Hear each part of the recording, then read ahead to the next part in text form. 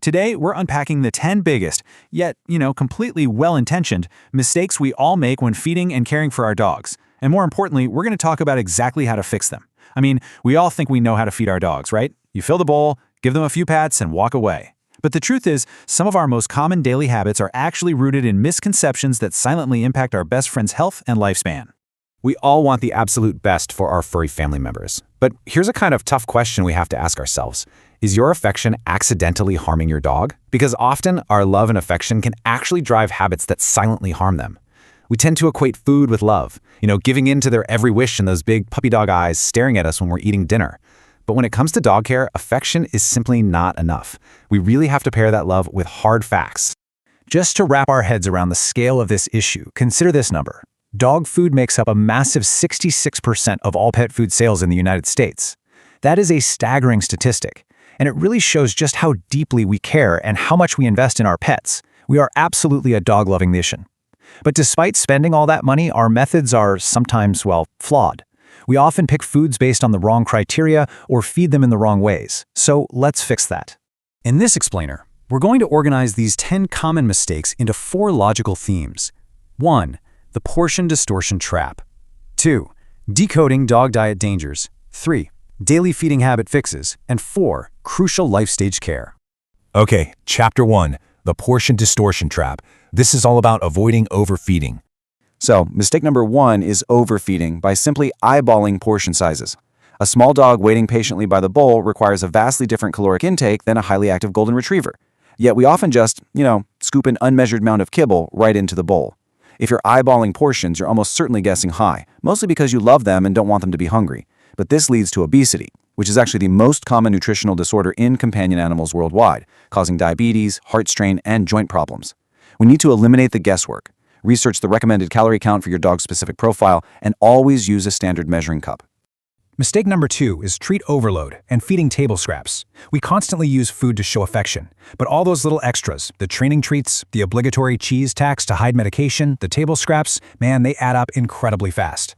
Not to mention, human foods can contain hidden toxins or simply cause severe digestive upset. You've got to remember this golden rule. Treats should never make up more than 10% of your dog's daily calorie intake. The other 90% absolutely must come from their nutritionally balanced pet food. Try rewarding them with playtime, petting, or just a simple good boy instead of constant calories. Moving right along to Chapter 2, Decoding Dog Diet Dangers. Basically, marketing versus actual nutrition. Mistake number 3 is picking a food based on flashy marketing rather than facts. You walk down the pet food aisle and see these shiny bags promising perfect health with words like natural and holistic. But here's the secret. The word holistic actually has no legal definition in pet food. It's literally just a marketing term. Instead of falling for the shiny packaging, you need to turn the bag around and look for the guaranteed analysis and the AAFCO nutritional adequacy statement.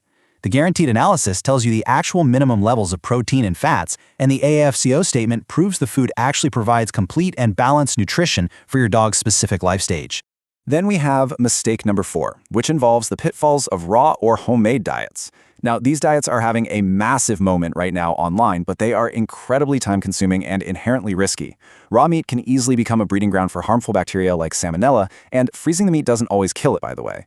On top of that, homemade diets frequently lack essential, balanced nutrients like calcium, zinc, or vital vitamins if they aren't properly planned. Without working directly with a veterinarian or canine nutritionist, you might accidentally be causing severe, long-term nutrient deficiencies in your dog. Mistake number 5 is switching foods way too rapidly. Look, when you change your dog's brand or type of food all at once, it severely shocks their digestive system, resulting in vomiting and diarrhea. No one wants that.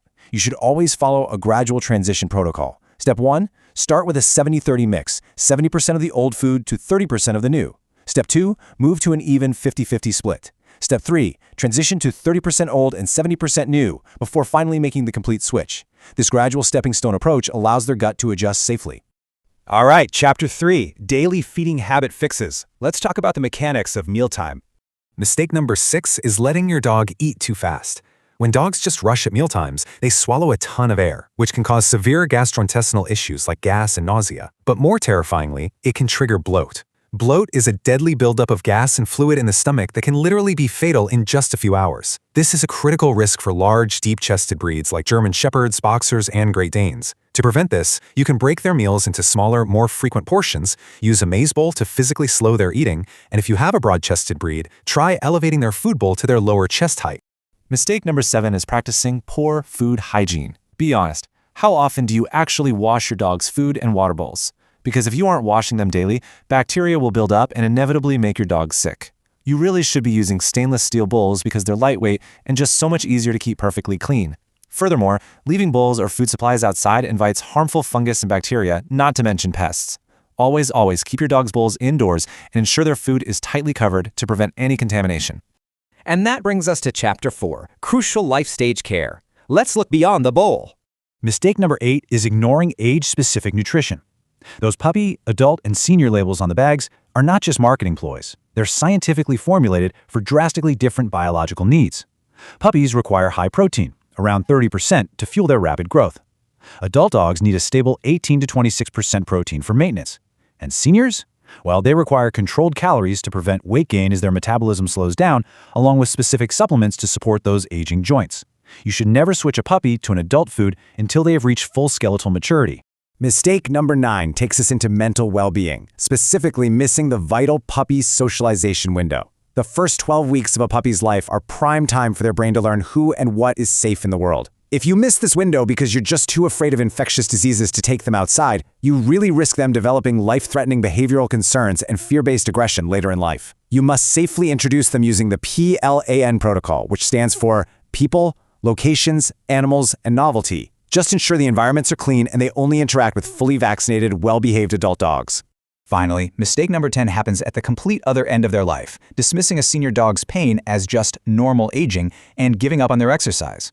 Dogs are incredibly stoic, you know? They are so clever at hiding their pain. So if they're slowing down, it might not just be old age. It could be a highly treatable disease or condition. But when we assume they're just getting old, we stop walking them. And stopping exercise actually leads to rapid muscle loss, increased weakness, and stiffer joints, creating this horrible downward spiral of immobility.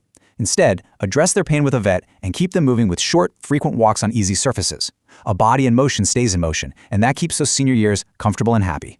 We ask so much of our dogs, don't we? And they give us absolutely everything they have in return. They depend entirely on us for their health, their nutrition, and their daily routine. So now that we've broken down these 10 common pitfalls, from the portion distortion trap to understanding proper life stage care, you have the knowledge to really help your dog live a longer, happier, and much healthier life. As we wrap up this explainer, I want to leave you with the most important question of all. Which of these 10 habits are you going to change for your best friend today?